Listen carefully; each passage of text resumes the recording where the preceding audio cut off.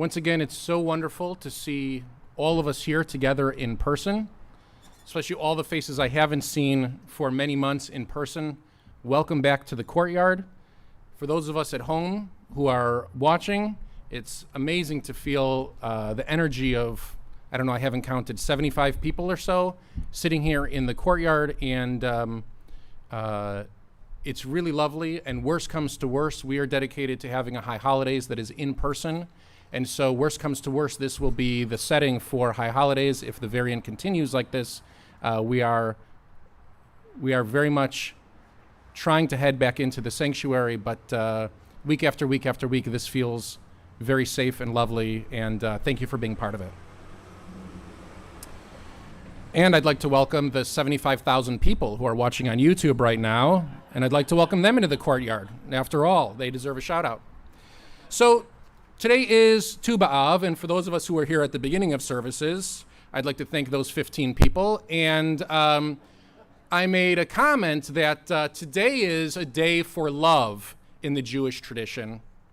And the only reason that people celebrate that other day for love in February is simply because they're unaware that today is a day for love. In the Jewish tradition, we have our own day. So tomorrow, I encourage everybody to go to a Hallmark store. If you can find a Hallmark store, go to a Walgreens, a CVS, walk into the card section, and simply ask where the Tu B'Av cards are.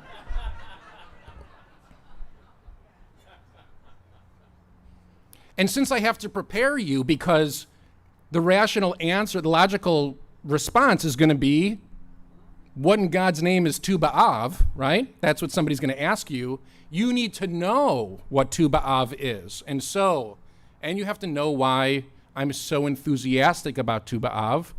And so we're going to talk a little bit about Tu B'Av and a little bit about love. So Tu B'Av first appears in the Mishnah, the first rabbinic canon of literature brought to us between the years of 0 to 200, let's just say, after the destruction of the temple. And at the very end of a tractate, Ta'anit, on fasting, we're told that there were no happier days for the people of Israel than Tu B'Av and Yom Kippur. Who said that? Very good, very good. You get an extra fruit leather after services are over. Tu B'Av and Yom Kippur. Now, we can either read that and assume clearly they didn't have many channels of entertainment at that point if Tu B'Av and Yom Kippur were the best things going, or we can think deeply into why Tu B'Av and Yom Kippur meant so much to the Jewish people at that time, and should, I'd argue, mean so much to us today. The Mishnah goes on, since on these days, the daughters of Israel would go out dressed in white and dance in the vineyards. And what would they say? They would say, young man, consider who you choose to be your wife. And on that day, men and women all throughout the countryside would partner together, and there would be marriages throughout Israel that would follow. That would happen on Tu B'Av, and in the break during the day on Yom Kippur, which gets into a whole explanation of Yom Kippur Mincha and why we do those certain rituals, is because there used to be all kinds of partnering going on during Yom Kippur when everybody was wearing white and at their best, looking their best, coming to shul. And I bring this up not only because it's so important to realize how important this notion of partnership is in Judaism, also because Miriam and Joe met and we're here to celebrate them today. And anytime that Jewish partnership occurs, anytime, we come together and celebrate because we know that there's a cosmic relevance to each and every husband and wife, to each and every partnership in the Jewish tradition. It talks about the wedding ceremony itself, talks about it, and we think about it. There are no coincidences, per se. There's a Yiddish word that we can all recite together that I'm thinking about called beshert, right? Everybody knows this word? Yes? Okay, Henny nodded, so she gets an extra fruit leather. And the idea is that people who decide to spend their lives together,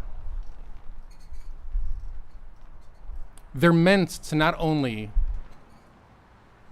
enjoy that life together, but they're supposed to bring a deeper sense of meaning to their partner.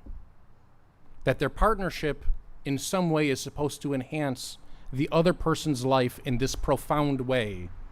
That their partnering doesn't only occur here in the world that we can see, but somehow there's a hand in it beyond in a world that we cannot.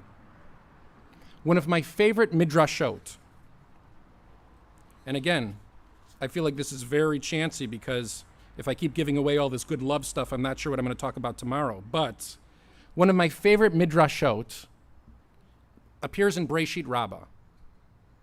And it's about Rabbi Yossi, who we all know as Rabbi Jose from the Maxwell House Haggadah. If you have the Maxwell House Haggadah, we all giggle when we get to that part. Rabbi Jose says, Rabbi Yossi has an encounter with a Roman aristocrat. And this woman asks him, what does your God do every day? God was so busy, your God, in the creation story. How long was the creation story? Rabbi Yossi says 6 days. And the Roman woman, tons of land and slaves, wealth, says, seems awfully lazy for God to have not worked since the 6th day of creation. Rabbi Yossi says, no. God works harder and harder with each and every day. She says, doing what? He says, making shidduchs in heaven, creating partnerships for us to meet one another here in this world. She says, that's what your God does? So easy. She goes off the next morning. She lines up the dozens and dozens and dozens of slaves that work on her property, and she partners them up. And with a matter of days, all she hears is fighting and people walking out of the house on one another, people walking off of her property. She comes back to Rabbi Yossi and says, your God is profound and your Torah is holy. Now, I've counseled many couples in my office. And from now on, all I'm going to say is God is profound and Torah is holy. Marriage, we know, is not that simple. All of us know that. Whether you're about to be married, whether you've been married for a long time, whether you've been married 16 years to Helen of Troy.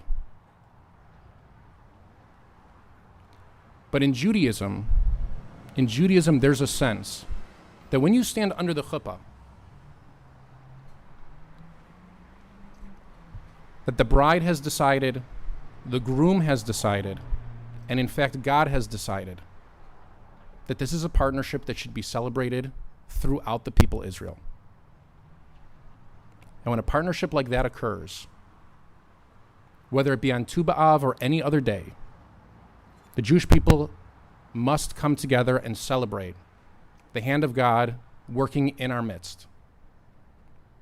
Because in many ways, that is God creating the world anew.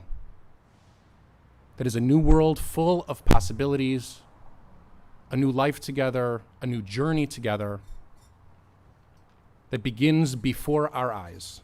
And the creation narrative continues again. And so, this is the first time I've ever ended a sermon like this. I want to raise my coffee to Miriam and Joe and wish you a lifetime of happiness. The entire congregation is kfelling because of the two of you, and I can't thank you enough for bringing the simcha into our midst, bringing so many faces back to us in this moment of true celebration. Happy Tu B'Av. Call somebody and tell them that you love them, and know today, like every day, it's a mitzvah. Shabbat Shalom.